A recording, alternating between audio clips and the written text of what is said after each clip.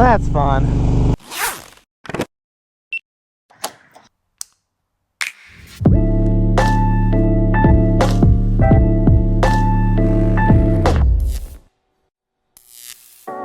Oh my goodness, it is gorgeous out right now, man. So nice to be riding. Temperatures today are close to 70 degrees here in Northern California. Hashtag bless. I try my best not to take things for granted. And one of the things I definitely don't take for granted is owning my motorbike. But one of the things that goes along with owning a motorbike or a motorcycle is are a lot of, actually a handful of things that you don't learn when you take your motorcycle class. You know, a lot of us, a lot of riders, a lot of prospective riders have an impression of what it's like to own a motorcycle. You know, they think about all the fun stuff they get to do owning a motorcycle, riding, getting together in a group, going out by yourself, feeling that wind in your face as you get around on your two-wheeled machine. And there's good things. That's definitely one of the good things, one of the great things about having a motorcycle. But today I wanted to talk about the things that you don't learn, or they don't tell you in your basic motorcycle riding class.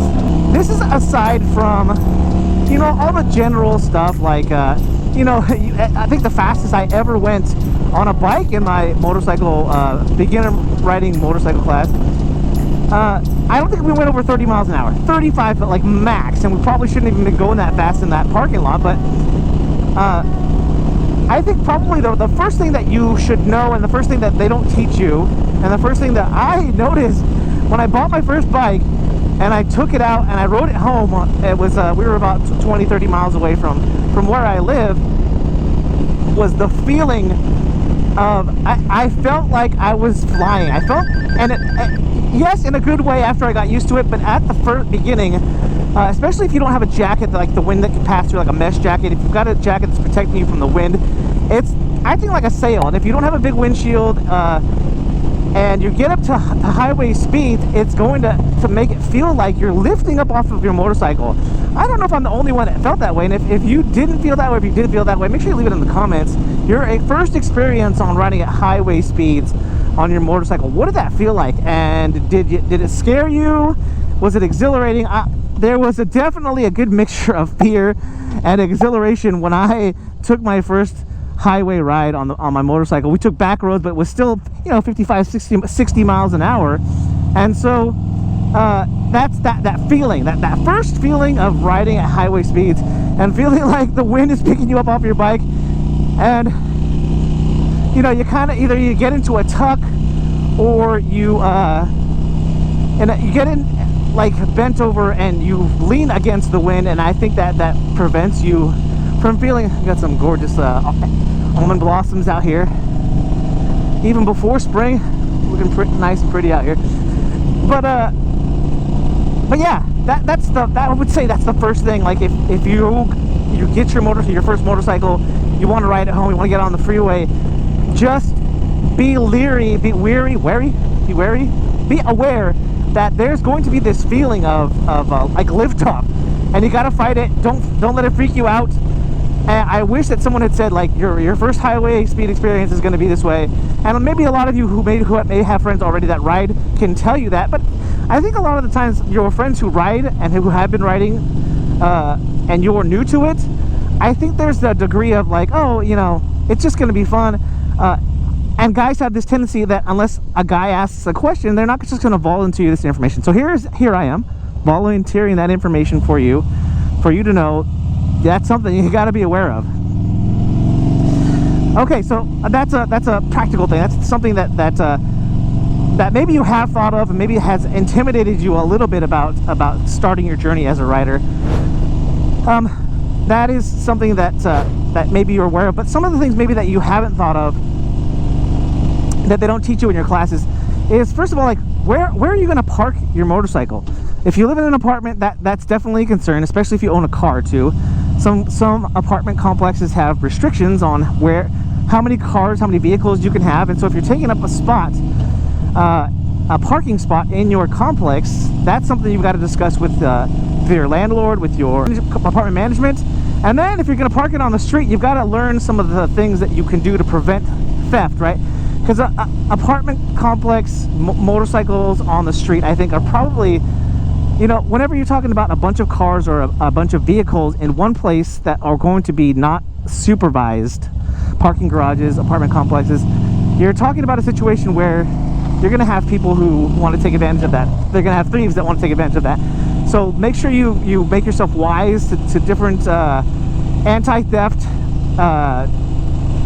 devices, anti-theft protocols you can start doing in order to keep your bike safe. Because even in your parking lot, it might not be quote unquote safe from theft. So something to think about. If you own a house, where are you going to park your motorcycle? Is it going to be in the driveway? And if it's in the driveway, are you going to cover it? I think it gets really easy to get lazy on that and not cover your bike all the time, but then your bike is susceptible to the elements. If you're thinking about you know, your first bike and reselling it later, if it's a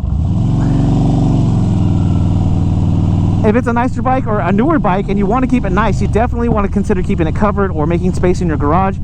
I know in America especially, Americans like to use their garage not for cars, not for vehicles. They either use it as an extra room, for storage, whatever it might be. I just noticed a lot that even though we store my bikes and our car in the garage, it's not an uncommon thing to not have room in your garage, but maybe you can make just enough room in your garage for your bike. Something to consider if you own a house. And again, if you're parking it on the street, your motorcycle on the street at your house, again, you're going to want to look up those things to keep your bike safe from theft. Another thing that maybe you haven't thought of is, where are you going to put all your stuff? Right, you're gonna have a jacket if you're riding safely. You're gonna have gloves. You're gonna have helmets, maybe pants. You might have a whole suit, a whole riding suit if you're getting out on the track. Your shoes, your riding shoes. There are things that go along with riding that maybe you hadn't thought of. And where are you gonna put those things? And I'll put it in the description. There's some nice. You can put them in cubbies. Your helmet in a cubby. You can hang your helmet on the wall. Make sure though, because helmets can be heavy, that you have something that's not just going to rip the hook right off of the wall. I'll have some examples for you guys in the description if you guys want to check those out. I am a RevZilla partner, so if that's something that and an Amazon associate, I'll have some links for you guys for some nice hooks for helmets for your garage or inside your house. But again, you're going to want to find a stud, or make sure that those things have anchors for the screws, because it's like I said, it's really easy for the weight of that helmet, or you constantly pulling that helmet off the wall, to just pull that screw right out of the wall, and then you're going to damage your wall and your helmet, and that's not a good time. All right, so we talk about storage of things, your bike, storage of your stuff. One of the most important things, and I think that this is something that's practical, and I think that maybe you have thought of, but it's something you're going to want to mark on your calendar. If I'm being realistic, I mark it on my calendar, or if you get paper statements, because what happens is if you get your vehicle registration through your email, a lot of the times I get so much junk in my email now that I just gloss over some of the times if I get a reminder that my registration is due. But your registration, you're talking about bike registration, you're talking about insurance, making sure that you're paying your motorcycle insurance, yearly registration, right? That thing that comes up, that's something you want to put on your calendar when that registration reminder comes up. Maintenance, new gear. You might get bored with something. You might feel like, oh, this helmet's not really working out for me. These gloves aren't really working out for me. You want to get something new, or sometimes you just want to get something new. And then, merch. If you've got a favorite brand and you just feel like getting something from your favorite brand, accessories, tires, and I think one of the other things too that I didn't necessarily think of, but I don't think a lot of people think of, is time. Time is money, and if you're considering using your motorcycle as a commuter, you got to think about the extra time that it's going to take. Maybe if you're gearing up and then you got to gear down when you arrive at your place of employment, about the extra time it's going to take to park your bike, walk it in, walk into your, all these little extra steps that you didn't have to do when you just got in your car, left, and then, parked your car and then went inside. Where are you going to put your gear when you get to work? These are things that you don't necessarily think of. But my biggest point here with these things is the extra money, because time is money. If you're not considering the extra time that it's going to take to do things, and the extra time that you're going to need to go out and ride, maybe, and it depends on the rider, maybe you're just going to be happy with taking your bike out on the weekends. If you're using your bike as a daily commuter, you're just going to get out, and that's your time to ride and your time to kind of unwind, using your motorcycle as kind of wind therapy.